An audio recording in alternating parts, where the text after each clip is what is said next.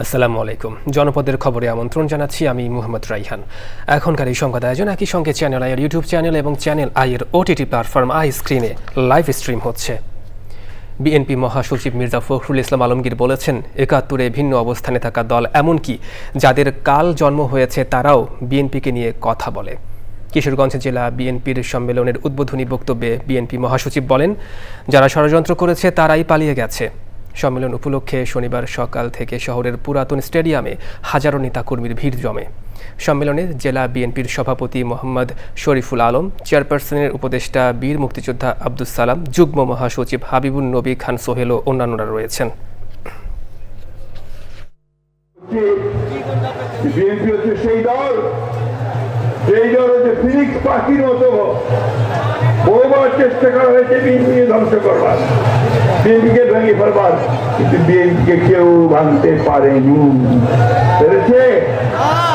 যারা অত্যাচার করেছে, নির্যাতন করেছে, খুন করেছে, হত্যা করেছে, তারাই শেষ হয়ে গেছে, তারাই পালিয়ে গেছে।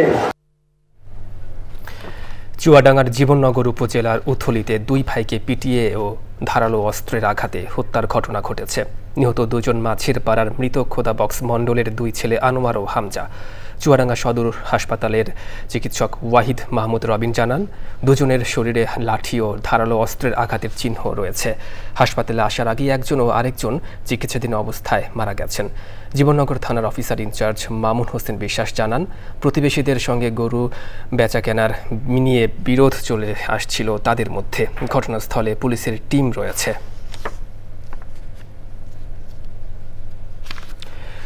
নানান সমস্যায় জর্জরিত নোয়াখালীর হাতিয়া উপজেলা স্বাস্থ্য কমপ্লেক্স।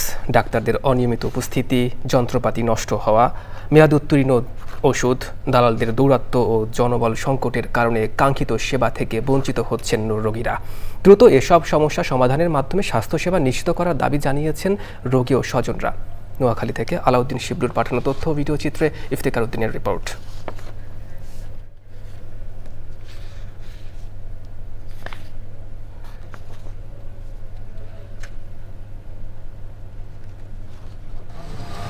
নোয়াখালীর বিচ্ছিন্ন দ্বীপ হাতিয়ায় ৭ লাখ মানুষের চিকিৎসার একমাত্র অবলম্বন ৫০ শয্যার সরকারি হাসপাতাল।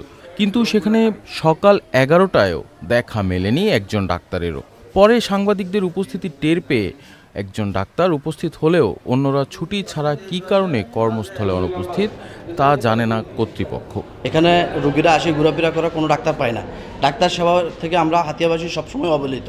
যারা ওই নাইট গার্ড, ঝাড়ুদার, এরাই ইমার্জেন্সিতে সেবা দেয়। জনবল ও যন্ত্রপাতি সংকটের কারণে দীর্ঘদিন বন্ধ রয়েছে অস্ত্রোপচার ও এক্স-রে সেবা। এখানে চিকিৎসালয় আসলে এরা বলতেছে নোয়াখালী চলে যায়। এখন এখানে আইসির ব্যবস্থা নেই, অক্সিজেন ব্যবস্থা নেই। তারা লিখে দিয়েছে আমাদেরকে নোয়াখালীতে। এখন এই যে দুর্যোগ সময় সিগন্যাল চলে, নদীতে নিতে আমাদের কত অসুবিধা। সরকারি হাসপাতালে সেবা নিতে যাওয়া রোগী ও তাদের স্বজনদের অভিযোগ, হাসপাতালের ভেতরে বসে ডাক্তাররা রোগী থেকে নিচ্ছেন ২০০ থেকে ৩০০ টাকা ভিজিট। ল্যাবে ৩০০ টাকা ভিজিট নিয়ে যায়, ১০০ টাকা কম হলেও হবে না। তাদের নিজস্ব আমার ল্যাব আছে এবং কমিশন নেয়। নাম্বার ২, তারা ওষুধ দেয়, ওষুধ থাকা সত্ত্বেও তো ওষুধ দেয় না। হাসপাতালে টিকিট কেটে বহির্বিভাগে ডাক্তার দেখালেও পাওয়া যায় না প্রয়োজনীয় ওষুধ। হসপিটাল থেকে কোনো আমরা ওষুধ পাই নাই, শুধু পাইছি একটাই নাভা আর ফ্যাজেন্ডেবল ওষুধ। এগুলো সরকারিভাবে কি পাবলিকের আসে নাই? ওরা তো পাবলিকের ওষুধ দেয় নাই, ২টা ৪টা ৬টা এইভাবে দেয়। ছুটি ছাড়া ডাক্তারদের অনুপস্থিতির কথা স্বীকার করে কর্তৃপক্ষ জানায়, যারা অনিয়মের সাথে জড়িত তাদের বিরুদ্ধে ব্যবস্থা নেওয়া হবে। দুজন আসছে ছুটিতে, একজন ছুটির মেয়াদ শেষ হওয়ার পরও সে আমার সাথে যোগাযোগ করেনি। আর আরমো সাহেব, সে খুব ইমার্জেন্সি চলে গেছে, সে কোনো অ্যাপ্লিকেশন দিয়ে যেতে পারেনি।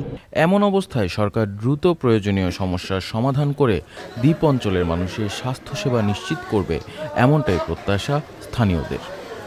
Iftekhar Uddin, channel I.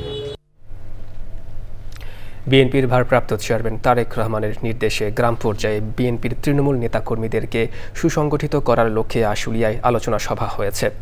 আশুলিয়া থানা বিএনপির আয়োজনে প্রধান অতিথি ছিলেন বিএনপির কেন্দ্রীয় কমিটির সহ পরিবার কল্যাণ বিষয়ক সম্পাদক ডাক্তার দেওয়ান মোহাম্মদ সালাউদ্দিন বাবু। বক্তৃতায় তিনি নেতাকর্মীদের ঐক্যবদ্ধ হয়ে কাজ করার আহ্বান জানান। সমাবেশে বিএনপি নেতা দেওয়ান মঈনুদ্দিন বিপ্লব, পৌর কাউন্সিলর খোরশেদ আলম সহ অন্যান্যরা উপস্থিত ছিলেন।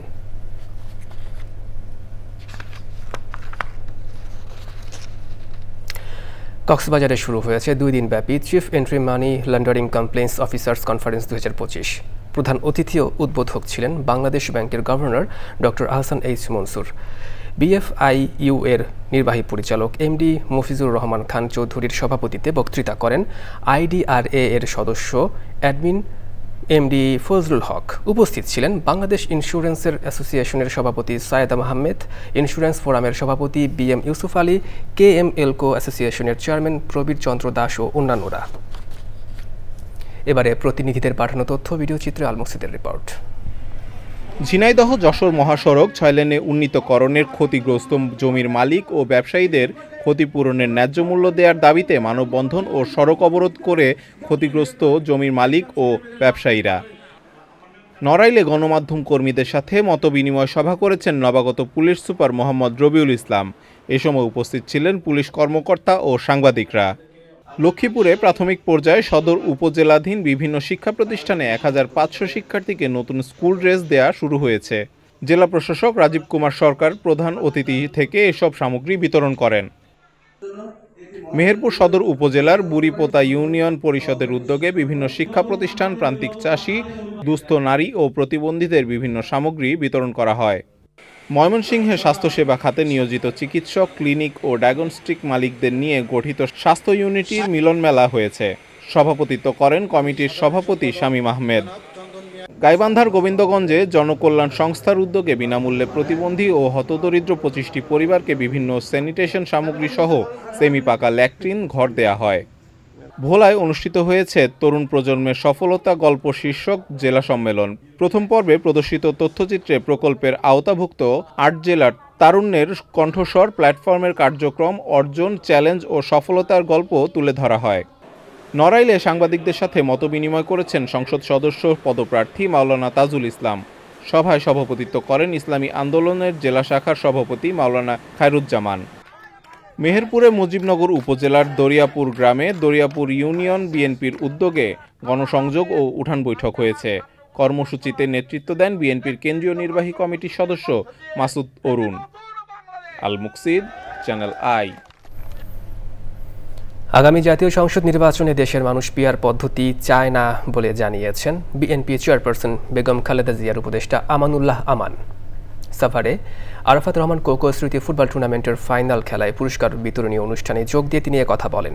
আমানুল্লাহ আমান বলেন, বর্তমান সরকার আগের পদ্ধতিতেই নির্বাচন আয়োজন করবে।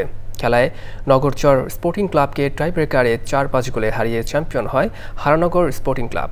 মাঠে কয়েক হাজার দর্শক খেলাটি উপভোগ করেন।